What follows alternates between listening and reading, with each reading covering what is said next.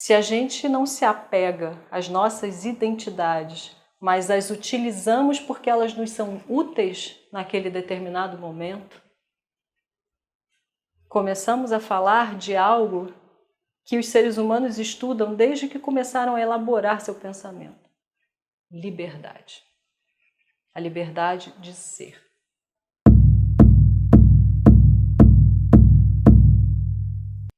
Olá, bem-vindas e bem-vindos mais uma vez ao canal da Medicina das Palavras. Eu sou Vanessa e hoje nós vamos falar sobre a escuta do eu. Antes disso, eu quero te fazer um convite. Se você não se inscreveu ainda aqui no canal, se inscreve, ativa o sininho para receber as notificações, o botão está aqui embaixo, segue a gente nas redes sociais e teremos um workshop 100% online, 100% gratuito neste sábado próximo, a arte do silêncio, a escuta do eu.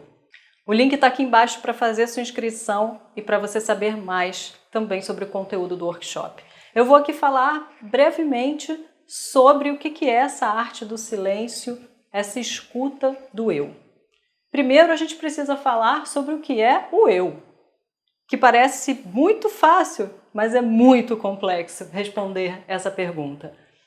Todos nós, em vários momentos da vida, a gente se pergunta: quem sou eu? O que é isso que está acontecendo comigo agora que eu achava que não fazia parte do meu eu? Né? A gente cresce identificados com inúmeras personagens que nós desempenhamos na nossa vida. São personagens ligados a gênero, a classe, a posicionamento político, ao lugar que ocupamos na família, a etnia, a cor, a profissão, a pensamento ideológico, enfim, tem uma série de coisas que vão conectando com a gente, com as quais a gente vai se identificando por inúmeras razões, e fica difícil a gente chegar e falar: eu sou tal coisa. Nós contamos historinhas para nós sobre quem somos. Só que essas histórias nem sempre são fruto do que existe de mais profundo na nossa psique e do que a própria psique está tentando dizer para a gente que é o que a gente deve fazer, que é o que nos move profundamente nessa vida. Claro que algumas identificações já dão pistas daquilo que nos move. Algumas pessoas conseguem muito cedo se identificar com algo que as move com paixão. Outras não. Outras se identificam com várias coisas e têm uma grande dificuldade em focar, em se filiar a interesses, porque se interessa por várias coisas. Achar o que é o eu nesse universo não é algo muito fácil, porque o eu não é algo simples de ser conceituado. Há conceito dentro dos estudos culturais, dentro da psicologia, dentro da filosofia, dentro da biologia. O eu ele pode ser visto por inúmeras perspectivas. E o mais interessante é que ele seja visto por essas inúmeras perspectivas. Mas aqui, para falarmos da escuta do eu trago as minhas referências, que são a psicologia junguiana, a biologia do conhecer e o yoga, a tradição do yoga. O que une essas três referências que eu tenho é uma ideia de eu como um observador, mas também como aquele que dá as pistas para a gente empreender a nossa própria vida como uma obra, como uma experiência estética, como uma obra de arte, construir a si mesmo. Porque se o eu é um observador, é aquela vozinha que está lá dentro, ou em algum lugar que a gente não sabe onde é que é, porque a mente está em tudo. Se o eu é essa voz que está sempre aqui falando, é ali que você tem que ir, é isso que você tem que estudar, é com essa pessoa que você tem que falar. Esse eu está atento ao que pulsa dentro da gente. A grande dificuldade para essa escuta é a gente retirar as camadas das inúmeras máscaras, as camadas de projeção, as crenças que nós temos sobre nós, que às vezes estão nos impedindo de enxergar uma coisa muito importante que está querendo falar com a gente de dentro da gente mesmo. O nosso inconsciente é um manancial de informações sobre nós. O tempo inteiro ele está querendo conversar com a gente, com a nossa consciência, que é a menor camada da psique. O tempo inteiro o inconsciente manda mensagens através de sonhos, insights, intuição. Às vezes uma coisa que a gente não consegue explicar, de um interesse que a gente não consegue explicar, de uma conexão que a gente sente que não tem uma razão lógica. É o nosso inconsciente mandando uma mensagem do que precisa ser olhado. E nem sempre a gente consegue enxergar, porque são necessárias técnicas para que a gente enxergue. É necessário treinar o observador que existe em nós, que é aquele que não está tagarelando. A mente que está tagarelando é o nosso ego, é o centro da consciência, que é aquele que se relaciona com o mundo exterior. Logo, é aquele que absorve tudo e que vai se identificar e que vai usar as máscaras para poder sobreviver também. O ego é uma instância que mantém a nossa sobrevivência. Porém, o ego precisa calar para que a gente escute o observador. Esse treino precisa ser diário para essa capacidade de ouvir o que o observador em nós tem a nos dizer. Há técnicas, há formas, ferramentas de se treinar essa capacidade de escutar a si mesmo, de olhar para as histórias que contamos sobre nós e entender que histórias fazem sentido e que histórias não fazem e que foram contadas para nós e nós passamos a acreditar, seja lá por que motivo for. O motivo pode ser cultural, o motivo pode ser algum medo, algum trauma que nos gerou uma fuga para algum personagem que nos ajuda na sobrevivência diante daquele trauma.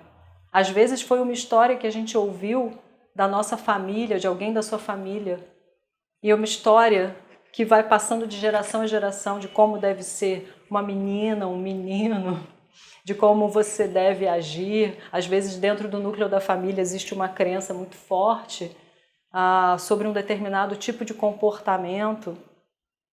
E a gente vai criando a nossa identidade no meio de tudo isso. Mas a identidade é um conceito bastante complicado, porque não é uma coisa palpável, concreta e única que a gente olha e fala, aquilo é a minha identidade. Quem sou eu, a Vanessa? Eu posso me apresentar como escritora, eu posso me apresentar como professora, eu posso me apresentar como atriz, porque eu estudei teatro, ainda trabalho com interpretação de poesia, com poesia falada, tá? Eu sou uma falante de poesia, uma faladora de poesia. Eu posso me apresentar como velejadora, mergulhadora, eu posso me apresentar como mulher, eu posso me apresentar como filha da Mariângela e do Rogério. Eu posso me apresentar como criadora da medicina das palavras, como estudante de inúmeras teses, teorias e culturas. Eu posso me apresentar de várias formas. Qual delas é mais eu? Nenhuma. E todas. Todas juntas formam o eu. Todas juntas, se são personagens que têm relevância na minha história e que principalmente têm relevância no momento presente, para o que eu estou vivendo agora e para o que eu desejo agora e para o que eu sinto agora que é o que eu devo fazer, eu posso usar essa personagem, eu posso usar essa história. Só que a única, entre aspas, pessoa que vai saber isso é o meu eu observador. É aquele eu que está para além dessa impermanência das múltiplas identidades que nós vamos nos encaixando durante a nossa vida. Esse eu observador, ele é a permanência na impermanência. é o que nos ajuda a nos conhecermos profundamente. Se não fazemos essa escuta, passaremos a vida inconscientes de nós. E essa inconsciência, ela tem graus, tem níveis diferentes. Há pessoas que são tão inconscientes de si mesmas, que são tão identificadas a personagens que elas aprenderam, das quais elas se apegaram. Mais sério, que elas se apegaram. Que são incapazes de enxergar a afinidade que ela tem com o outro. Para falarmos de eu, é preciso falar do outro também. São essas pessoas num grau alto de inconsciência de si que dão origem aos ditadores, aos genocidas, aos controladores. Aquelas pessoas incapazes de observar que o eu é um outro. A psicanálise vai trabalhar isso muito bem. A questão do espelho. Por isso, a relação é extremamente importante. As relações com os outros é extremamente importante, porque no outro nós vamos descobrir nós mesmos. Na raiva que sentimos do outro, nós vamos, se quisermos, obviamente, compreender nós mesmos. Na paixão, no ciúme, na inveja, no ódio, no amor. O que a gente sente em relação ao outro está o tempo inteiro querendo dizer algo sobre nós. E só quem pode ouvir, quem pode compreender é o observador. Por quê? Porque o observador, ele está para além do julgamento. Encontrar esse centro de nós que não se julga, nem julga nada, é um exercício muito difícil. Mas é esse exercício que é necessário para a gente descobrir potências, inclusive. Encontrar a capacidade de se observar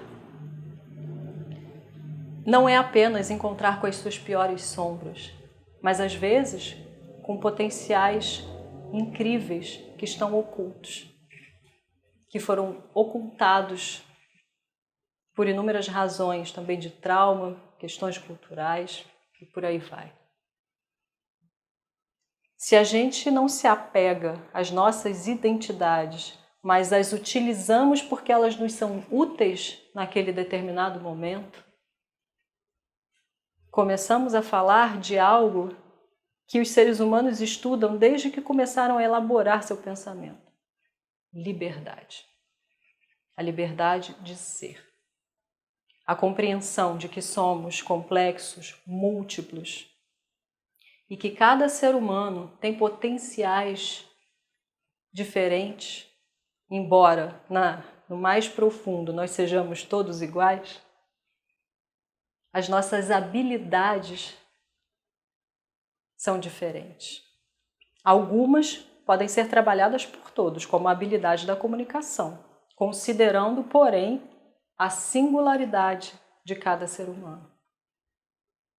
Nós vivemos numa sociedade que não estimula isso, definitivamente. A nossa educação, ela padroniza e planifica os seres humanos. É muito difícil falar aqui em autonomia, em potência, sem levar isso em consideração. Mas eu estou, nesse momento, e na medicina das palavras, falando para adultos. Para pessoas que já têm capacidade de discernir e de escolher o que elas querem. Então eu te faço um convite para você ouvir esse observador que existe dentro de você. Esse eu que tem tanto para te dizer. Esse eu que pode ser um grande outro que você desconhece. Mas que eu sei que quando você encontrar com ele, você não vai achar que ele é desconhecido, porque o tempo inteiro ele está falando com você. Observa teus sonhos. Observa as entrelinhas do que você está dizendo. Começa a observar as histórias que você conta sobre você. E você pode descobrir inúmeros vocês maravilhosos para existir no mundo. Na literatura a gente tem um grande exemplo, maravilhoso, que eu vou sempre trazer aqui, porque é uma super referência para mim, Fernando Pessoa. Fernando Pessoa, que tem esse nome incrível, né? Pessoa, nada mais providencial e metalinguístico do que ele se chamar Pessoa, né? Ter esse sobrenome. Fernando Pessoa se desdobrou em inúmeros heterônimos, cada um com uma personalidade diferente, escrevendo de uma maneira diferente, em estilos diferentes, alguns até em línguas diferentes. Radicalizou de tal forma a ideia de eu lírico da literatura. A literatura sabe trabalhar muito bem com essa multiplicidade do eu. No livro O Homem e Seus Símbolos, do Jung, a Marie-Louise Wolfram, no capítulo sobre o processo de individuação, ela conta a história de uma tribo, que é uma tribo muito rudimentar, muito pequena, que não chegou sequer a desenvolver rituais, como a maioria das culturas desenvolveu. Eles não têm ritual nem para enterrar os seus mortos. No entanto, eles têm um conceito, que é o conceito do grande homem, que é a vozinha interior. É aquele grande ser que existe para nos guiar nas nossas ações. Os gregos chamavam essa voz, esse eu observador, esse eu guia interno de daimon. É a partir da observação de como essa ideia, esse arquétipo está presente em todas as culturas, que Jung concebeu a ideia de self. O self como núcleo da psique e como a psique como um todo.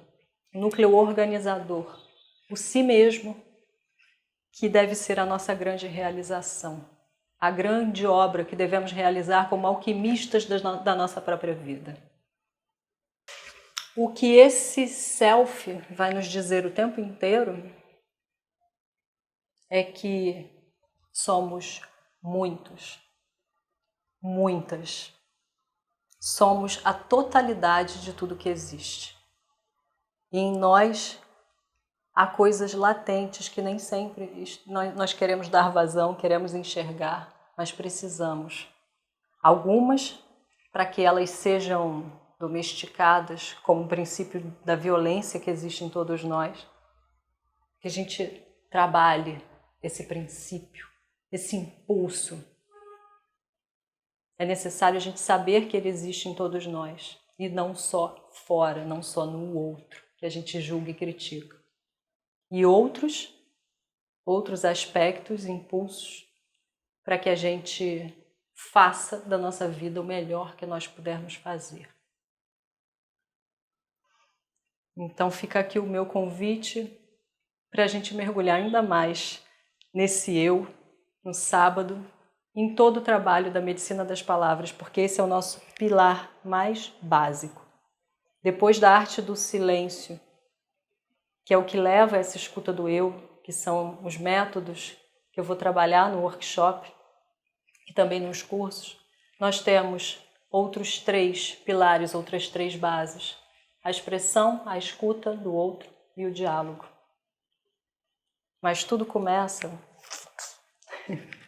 no eu, nessa primeira relação fundamental para que todas as relações humanas, todas as nossas relações, sejam relações verdadeiras. Se não somos verdadeiros com nós mesmos, não seremos com o outro. Viveremos uma farsa. Ninguém quer viver uma farsa, né? Lá no fundo, ninguém quer. Mas vivemos, muitas. Precisamos começar a olhar para isso. Se você gostou, deixa o seu joinha, deixa o gostei e compartilha com quem achar que vai curtir esse vídeo. Até mais e até sábado para quem estiver no workshop. Um beijo.